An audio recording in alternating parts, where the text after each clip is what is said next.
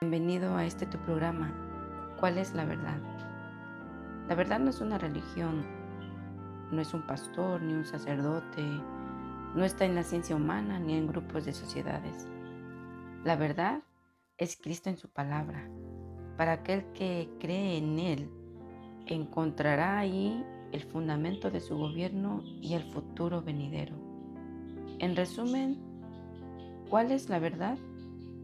Jesús es la verdad. Su palabra es verdad. Comenzamos en el libro de Gálatas, capítulo 4, versículos del 4 al 5.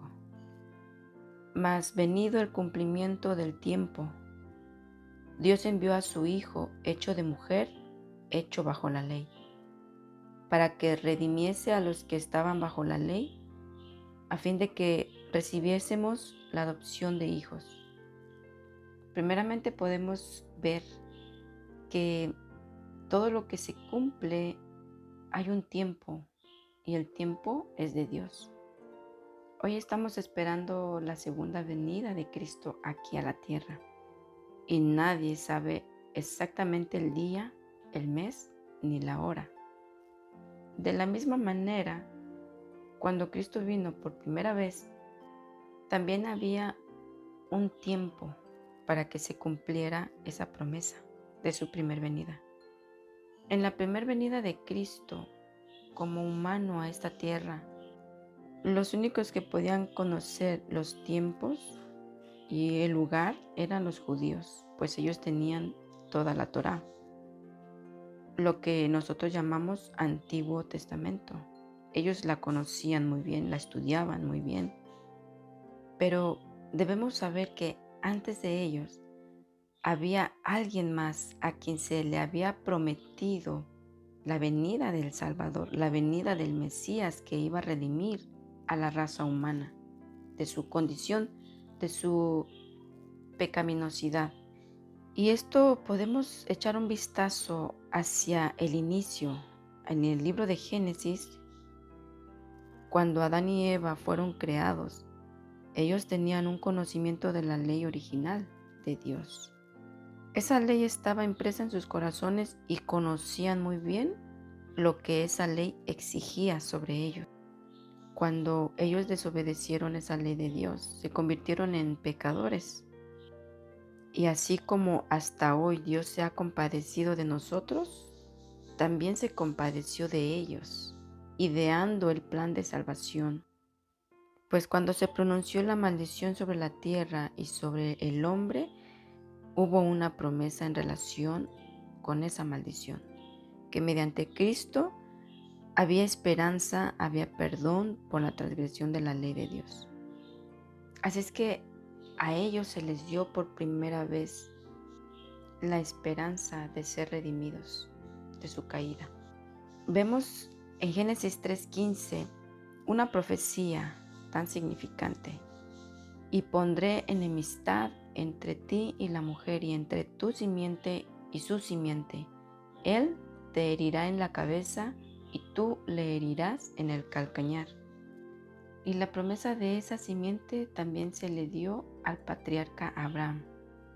Y esto lo podemos ver registrado en el libro de Gálatas, capítulo 3, versículo 16, donde dice: Ahora bien, a Abraham fueron hechas las promesas y a su simiente.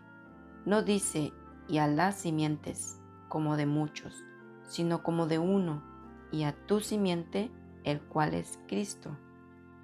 Podemos ver que esa promesa de la simiente al patriarca Abraham, la cual es Cristo, es la misma simiente o la misma promesa dada a Génesis 3:15. Y pondré enemistad entre ti y la mujer, y entre tu simiente y su simiente. Él te herirá en la cabeza y tú le herirás en el calcañar. ¿Cuándo fue que se le hirió en la cabeza a la serpiente que es Satanás? Cuando Cristo le venció en la cruz. ¿Y cuándo fue que la serpiente hirió el calcañar de Cristo en la cruz? También a Adán y a Eva se le dio la promesa de la redención, de un Mesías, del Salvador. Ellos también pudieron entender muy bien esta promesa. Así es que la venida del Salvador había sido también predicha desde el Edén. Y esa promesa fue repetida una y otra vez por medio de los patriarcas y por medio de los profetas, hasta que se cumplió por primera vez el tiempo que Dios envió a su Hijo y nació de mujer. En su tiempo se cumplió esa promesa de su primer venida de Cristo a la tierra. Y conocemos muy bien la historia cuando se produjo el primer advenimiento de Cristo. Los sacerdotes y los fariseos de la ciudad santa, que era Jerusalén, a ellos se les confió los oráculos de Dios. Ellos habrían podido discernir esas señales de los tiempos. Ellos podrían haber proclamado la venida del Mesías que se había prometido. Ellos tenían las profecías de ese advenimiento. Por ejemplo, Daniel 9:25, las 70 semanas, que habla hasta la venida del Mesías príncipe. O Miqueas 5:2, que habla acerca de la ciudad de Belén, que de ella saldrá el que será Señor en Israel.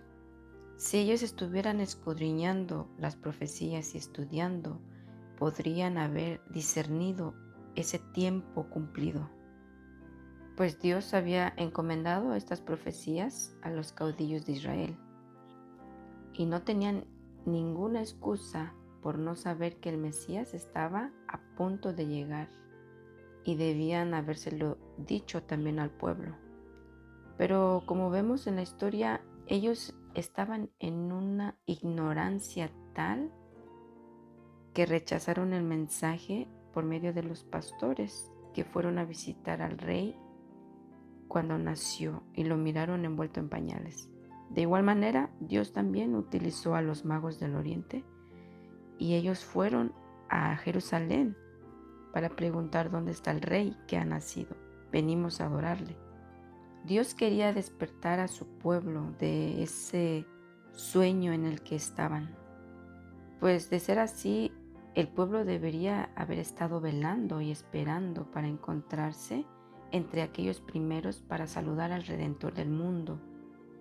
Pero no se veía señales en la ciudad de Jerusalén ni en todo Israel que esperaran a Cristo, ni había preparativos para recibir al príncipe de la vida.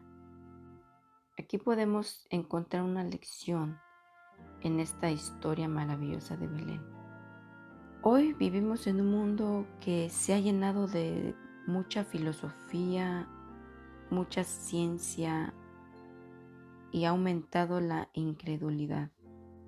El orgullo y el amor propio se puede ver en cualquier lugar que vamos y debemos tener cuidado, no sea que la indiferencia de otros nos pueda contaminar, no sea que dejemos de discernir las señales de los tiempos y que no conozcamos el día de nuestra visitación.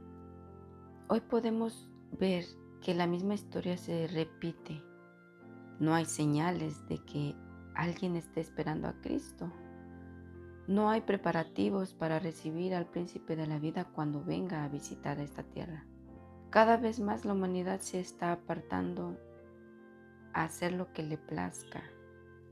Así como fue en su primer advenimiento, será en el segundo, donde solamente un pequeño grupo de seres humanos estaban preparados para recibir ese mensaje del cielo.